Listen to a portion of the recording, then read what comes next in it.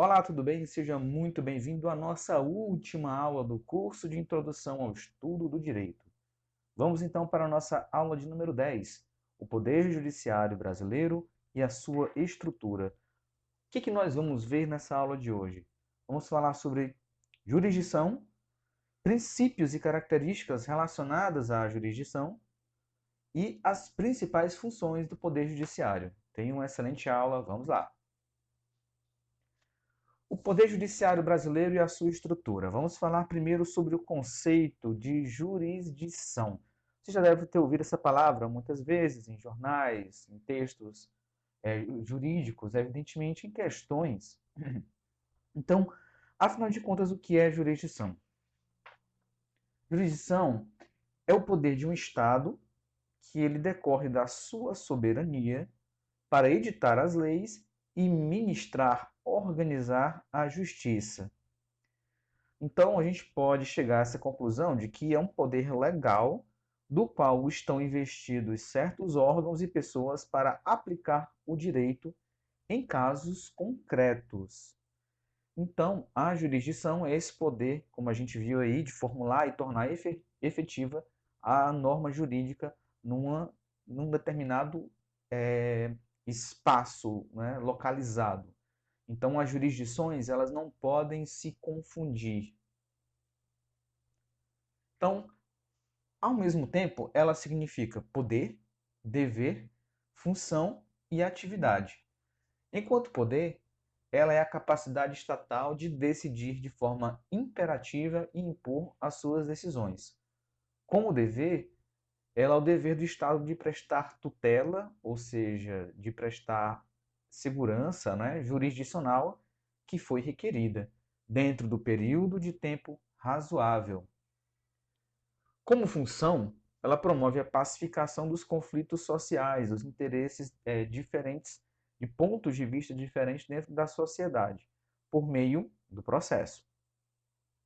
E como atividade é o complexo de atos jurídicos que fazem parte da atividade da lei, de forma a exercer o poder que lhe é conferido por lei e cumprindo suas funções. Então, ao mesmo tempo, a jurisdição é poder, dever, função e atividade. Vamos dar uma olhada agora nos princípios relacionados à jurisdição. O primeiro deles é a investidura. Então, quem exerce essa função tem que estar investido no cargo de juiz, conforme determina o artigo 93, inciso 1 da sua Constituição. É uma garantia para o juiz e para o jurisdicionado. A aderência, ela é tal qual a soberania, é indivisível. Então, a jurisdição, ela não se subdivide, ela é indivisível tal qual a soberania. E ela também é indelegável, daí vem o princípio da indelegabilidade. A jurisdição, ela não pode ser repassada para outro. Então, por exemplo, se determinado assunto compete ao Ministério Público, o Ministério Público não pode repassá-lo para um outro órgão por qualquer que seja o motivo, uma vez que aquela situação ela é específica do Ministério Público, ela não pode repassar para outro órgão. Da mesma forma, qualquer outro órgão do Judiciário brasileiro. Então, o STF não pode, por exemplo, pegar um caso que chega nas mãos deles, dos ministros do STF, e repassar para uma outra jurisdição, uma outra esfera dentro do judiciário, delegando, dizendo, resolve por mim. Então, isso não pode acontecer. Outro princípio é a inevitabilidade. A jurisdição ela é inevitável, ou seja, ela é imposta às partes, mesmo que as partes não concordem de início. Então, uma vez que se chegou à conclusão de que a jurisdição daquele determinado fato é a jurisdição X, Y ou Z, ela vai ser imposta mesmo que as partes não concordem. Outro princípio relacionado à jurisdição, inafastabilidade ou princípio do controle jurisdicional. Esse princípio ele vai se dirigir aos três poderes do Estado. Veda ele veda que a lei suprima do controle jurisdicional qualquer lesão ou ameaça à lesão. Esse princípio está expresso aí no artigo 5º, inciso 37 da Constituição. É considerado aí como uma conquista do jurisdicionado, tendo em vista a necessidade da manutenção da paz social. Algumas características da jurisdição. Definitividade. As decisões são protegidas pelo manto da coisa julgada, já falamos sobre isso, uma vez que todo o processo legal ele é feito dentro de cumprindo todos os ritos, todos os processos, prazos e possibilidades de intervenção, considera-se a coisa julgada, não pode se voltar atrás. Então, uma característica da jurisdição é a definitividade. Segunda característica é a substitutividade. O Estado ele vai chamar para si o poder-dever de dizer o direito aplicável, eliminando a possibilidade de autotutela, que a gente viu no início do nosso curso, falando que a autotutela é quando cada um traz para si a possibilidade de aplicar o direito. No caso, nosso direito ele é heterônomo, então nós repassamos para o Estado a capacidade de aplicar o direito, criar e aplicá-lo, né? Outro princípio é a inércia, ou seja, a jurisdição ela fica lá paradinha, ela só é exercida quando é provocada pelas pessoas, certo? E assim ela vai garantir a imparcialidade. A inércia é uma característica da jurisdição, mas a gente sabe que em alguns casos específicos que não são que têm algumas características aí podem ser acionados pelo Ministério Público, por exemplo, mas isso é um assunto mais específico que a gente vai ver em outro momento.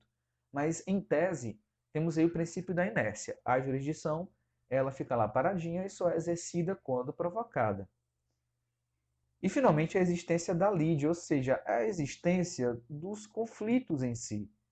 Quando se trata de pretensões insatisfeitas, né, dentro da justiça, essas pretensões poderiam ter sido satisfeitas pelo obrigado, mas, no entanto, não foram satisfeitas. Isso gera uma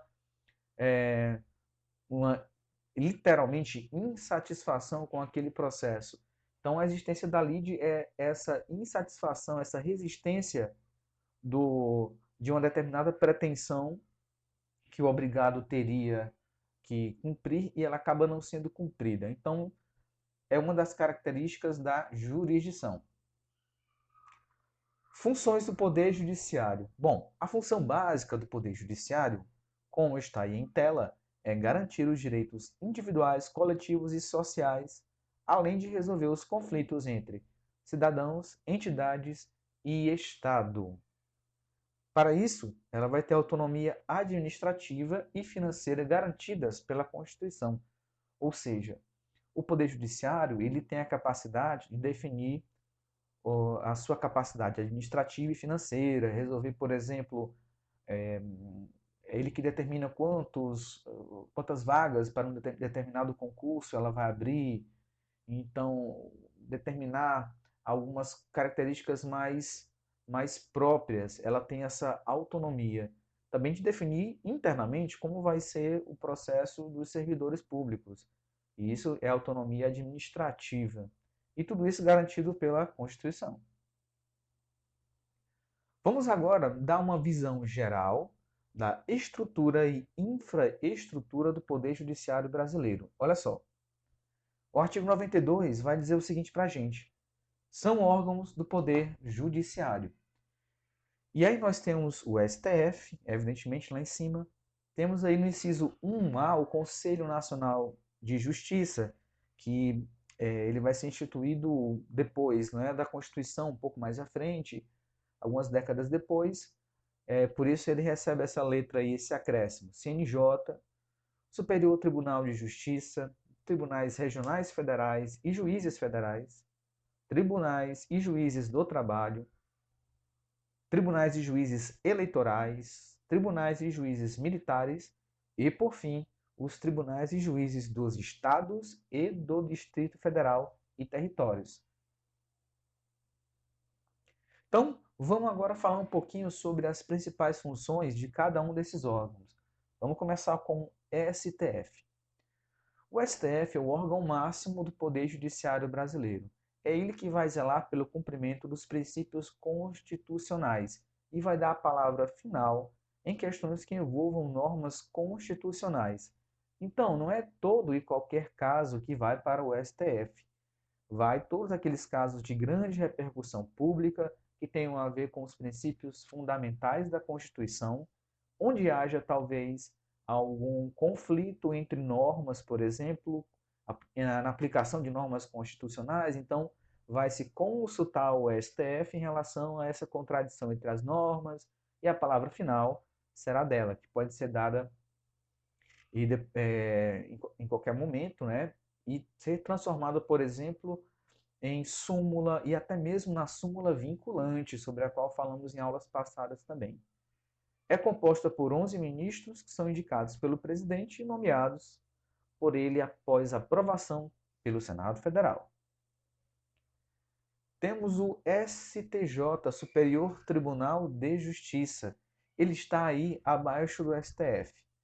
Vai tentar fazer o quê? Uma interpretação uniforme da legislação federal, ou seja, de todas as leis que estão na esfera federal. Então, a principal função do STJ é criar essa uniformidade interpretativa das leis.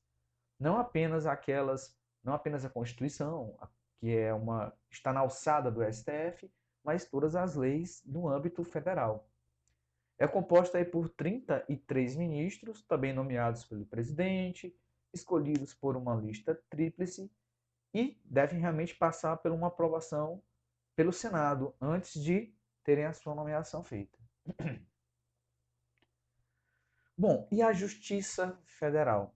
Primeiramente, vamos falar o que ela pode fazer.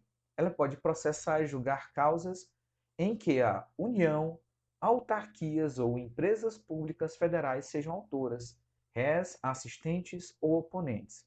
Ou seja, a Justiça vai julgar todo e qualquer caso em que a União e todos os seus braços, né, autarquias, empresas públicas e assim por diante, sejam autoras, réis, assistentes ou oponentes. E o que ela não vai julgar?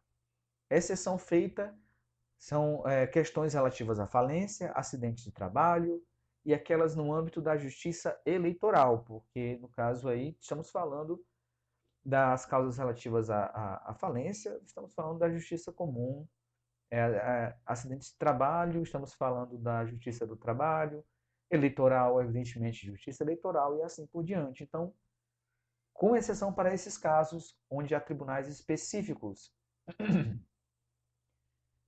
E é composta aí por juízes federais que atuam na primeira instância, nos tribunais regionais federais, os TRFs, né, que são tribunais de segunda instância, e nos juizados especiais federais, que vão julgar as causas de menor potencial ofensivo e de pequeno valor econômico.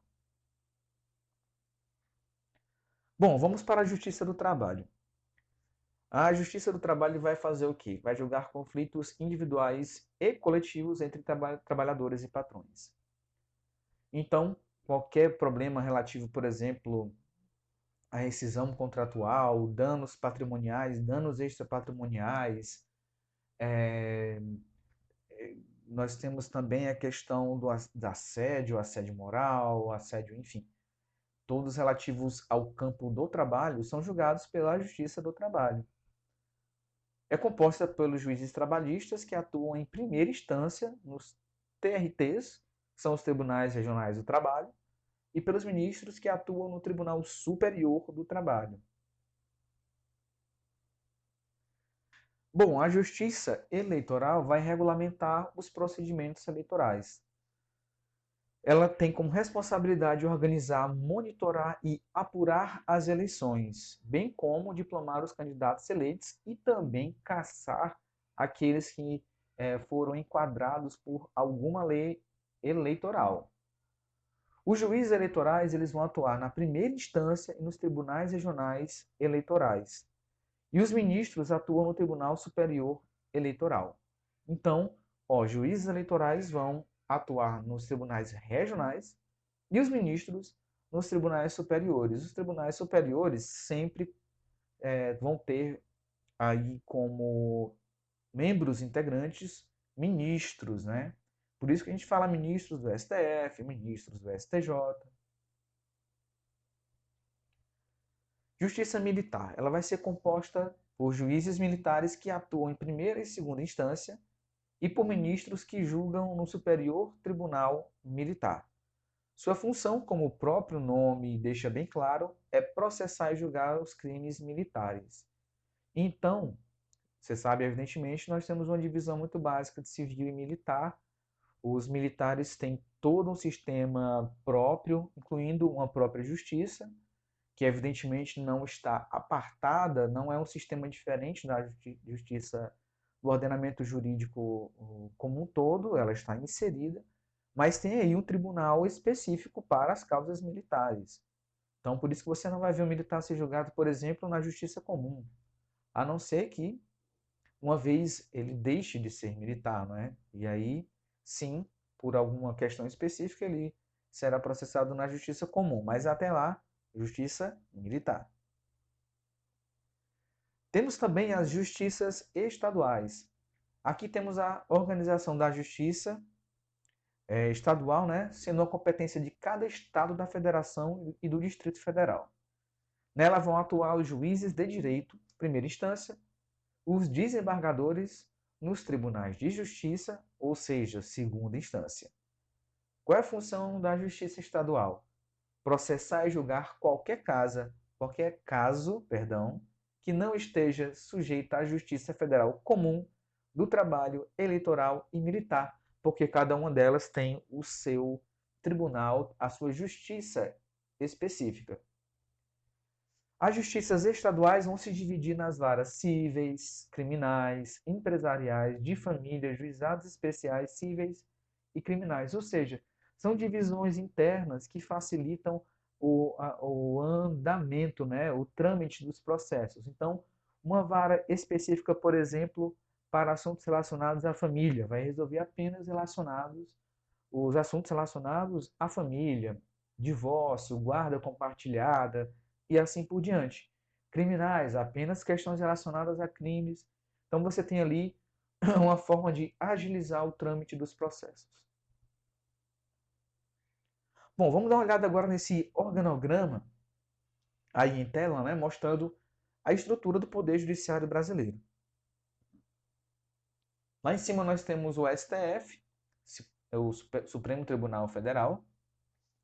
Abaixo dele nós temos o STJ, sobre o qual já falamos, o TSE, TST e o STM.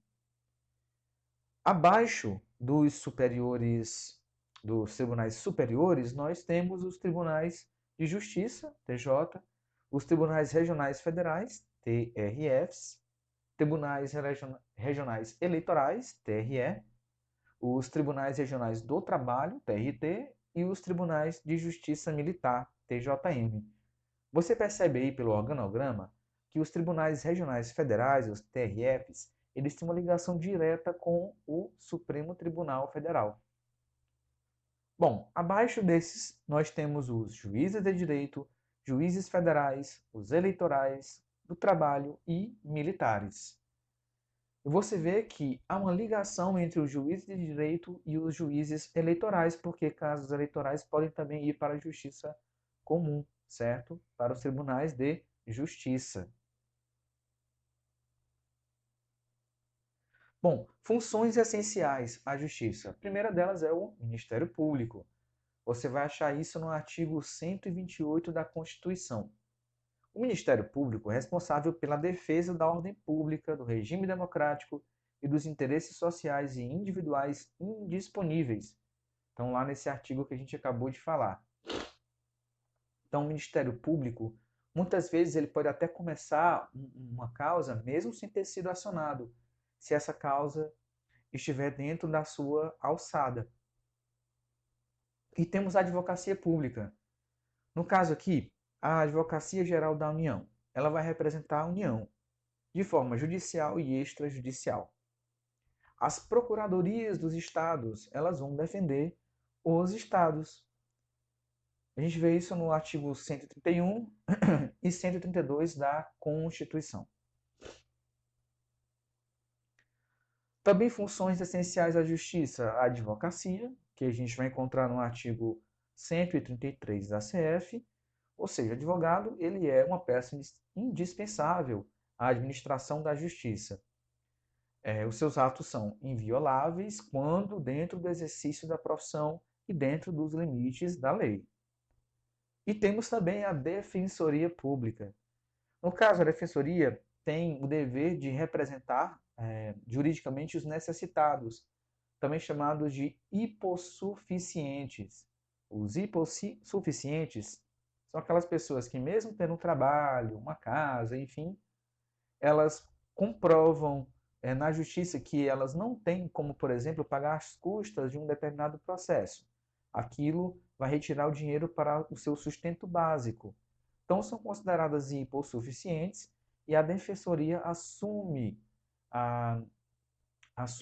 o comando, né, do caso em nome dessa pessoa quando ela prova a hipossuficiência. Você vai achar na CF o artigo 5º, nesse inciso aí em tela, você vai achar o texto falando sobre defensoria pública. No caso, ela é gratuita, evidentemente, uma vez que você prova a sua insuficiência de recursos. Nós temos a Defensoria Pública da União e dos Estados, DPE e DPF. Vamos para o exercício rápido. Questão 1. São também considerados órgãos do Poder Judiciário. Questão aqui de fixação, tá? Letra A. Advocacia Geral da União e as Ordens dos Advogados. Letra B. Os Tribunais de Contas da União e dos Estados. C. O Ministério Público da União e dos Estados. Letra D. O Conselho Nacional de Justiça e os Tribunais dos Estados. E letra E. A Defensoria Pública da União e a dos Estados. Pause no vídeo, já eu volto com a resposta e o comentário. Vamos lá então, resposta aqui dessa questão de fixação, bem simples, né? São também considerados órgãos do Poder Judiciário, letra D, o Conselho Nacional de Justiça e os Tribunais dos Estados. E aqui deixa eu falar para você um pouquinho sobre o Conselho Nacional de Justiça. É uma instituição pública que ela visa o aperfeiçoamento do sistema judiciário brasileiro, principalmente em relação ao controle e à transparência administrativa, né, a transparência administrativa e processual. A sua tarefa é zelar pela autonomia do Poder Judiciário e pelo cumprimento do Estatuto da Magistratura. Então, ela também, né, o Conselho, o CNJ, é considerado um órgão do Poder Judiciário. E, é claro, os tribunais dos estados. Vamos ver aqui a letra A, Advocacia Geral da União, Poder Judiciário, e Ordem dos Advogados, não, de forma alguma. Letra B.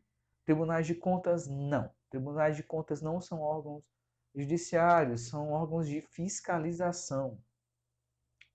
Letra E, Defensoria Pública da União e dos Estados. Pode ser considerado também, mas aí tem um detalhe que mais à frente a gente vai falar sobre ele. Questão 2. São funções essenciais à justiça. Funções essenciais à justiça. Letra A. Ministério Público, Advocacia e Tribunal de Contas. B.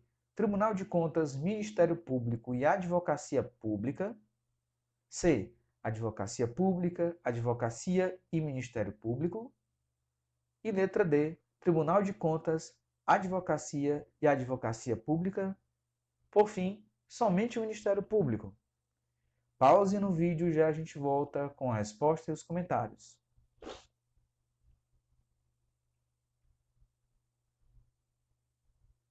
Bom, são funções essenciais à justiça. Advocacia Pública, Advocacia e Ministério Público.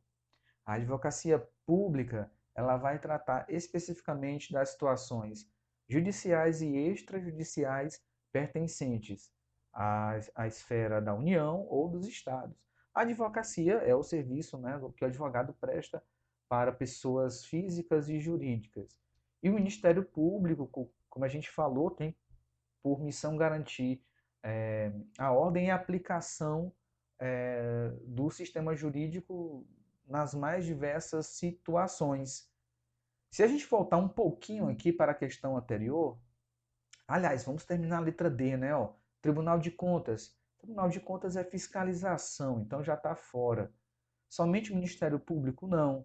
Advocacia, a advocacia pública e o Ministério Público são funções essenciais à justiça, tá? Então, ó, quando a gente. Vamos voltar aqui para a questão 1, certo? Caso tenha ficado alguma dúvida. Por que a letra E não seria correta? A Defensoria Pública da União dos Estados. Porque a gente está falando também de órgãos essenciais, funções essenciais a, ao Poder Judiciário, e não exatamente de órgãos do Poder Judiciário. Então, na letra E, a Defensoria Pública da União e a dos Estados, ela auxilia o Poder Judiciário, mas não são órgãos do Poder Judiciário.